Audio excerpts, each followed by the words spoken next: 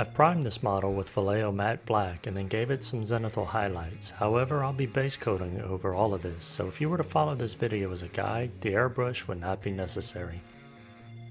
I've personally painted with Army Painter products as my primary resource for over 2 years now. I decided to start making the dive into the world of artist paints based on one simple factor. My two favorite miniature artists, Marco Frazzoni from Not Just Mecca and Nathalia Ritz, makes use of them, and I want to try and emulate these heroes of the craft. Marco uses a lot of Liquitex, and I've heard him sing the praises of Schminko, which none of my local stores carry in reference to the latter.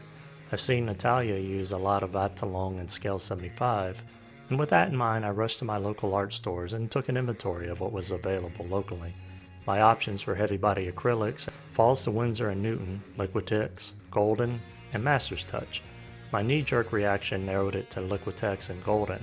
This was due to Marco's use of Liquitex and my own personal experiences with Golden's high-flow acrylic line. Ultimately, I chose Liquitex because it's available at 2 of my local stores, where Golden's only available at 1. I start playing around with the paint and trying to mix a pretty gradient like Marco and Nathalia do, and I succeed in making a mess and getting too much paint on my brush and filling the ferrule. In a matter of seconds I realize I just hit the reset button on everything I learned from Army Painter usage. The way the paint feels and spreads is very smooth, like warmed over butter. The amount of water or medium needed to thin these paints are surprisingly minimal. It was a demoralizing blow, and though I knew there would be a new learning curve from using these paints, I had hoped against reason that this would be me finding that I'm actually a better painter than I thought I was, and this was the silver bullet against the darkness that has stifled a hidden radiance. Blah blah blah blah. No, I suck with Army Painter, and I suck with Liquitex. There's only one way to fix it, to lace these Nikes up and just do it. I started on the flesh first, since most of the clothing on armor would be relatively easy to reach without making errant brush strokes over the flesh. Now, just to warn you up front, I'm not going to be able to tell you what I did for colors on this model. Outside of mixing various gradients out of magenta, Naples yellow hue, burnt umber, and cadmium free orange. Already you can see I've thinned this paint too much, and I've barely added any water at all. This is a huge difference between my experiences with Army Painter, where for many colors a brush full of water with a drop of paint made for a good start. To add to my frustrations with this new paint, I've had completely changed my painting setup, with my lights in different positions and my magnifying glass and lamp combo having been replaced with one that has arms that were too short, and the glass seemingly not magnifying correctly, resulting in my eyes hurting after several minutes of looking through it. My old lamp and light combo of course died. It felt like everything was conspiring against me and slowing my progress. On top of that, due to the cold snap and bad storms coming through Georgia, I was constantly doing repairs around the farm and on the barn, clearing debris or constructing warm shelters for the barn cats when it dropped below freezing.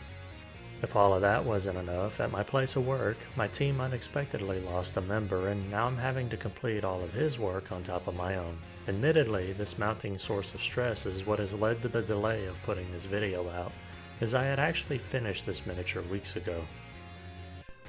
Throughout this painting process, I purposely stopped and remixed the gradients of flesh tones several times, using this as practice with thinning them properly and not ruining my brushes by globs of thick paint. It took longer than I wanted, probably around 2 hours, before I started to feel like I was getting some semblance of control. With the pigment being much stronger than from the Army Painter paints, I was beginning to realize that Liquitex Heavy Body Acrylics could be thinned significantly and still provide strong coverage, while simultaneously being incredibly easy to thin it too much. To be fair though, I only thinned with pure water. I'll try using some medium on the next project I use these paints in. I didn't use medium here as I already felt like I was making too much of a change to what I was used to as it was. I didn't do anything special as far as techniques went on this miniature, just base coats and a lot of thin highlight layers and shades, some glazing here and there. I was just trying to recreate the same patterns I had been using for painting the other miniatures I had over the last 2 years.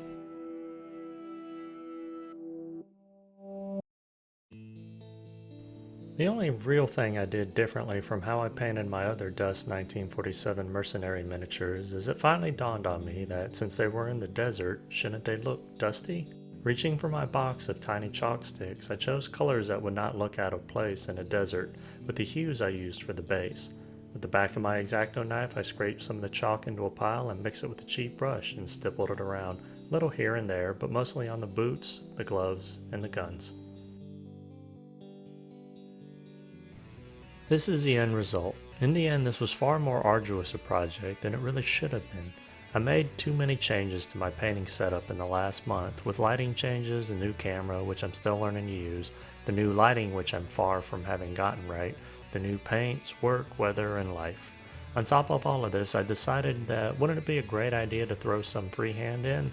I made an attempt at the Brett the Hitman Heart logo on the back of her jacket, and I figured she might just have the jam, so I gave her the Got the Jam shirt from Wrestling Bios.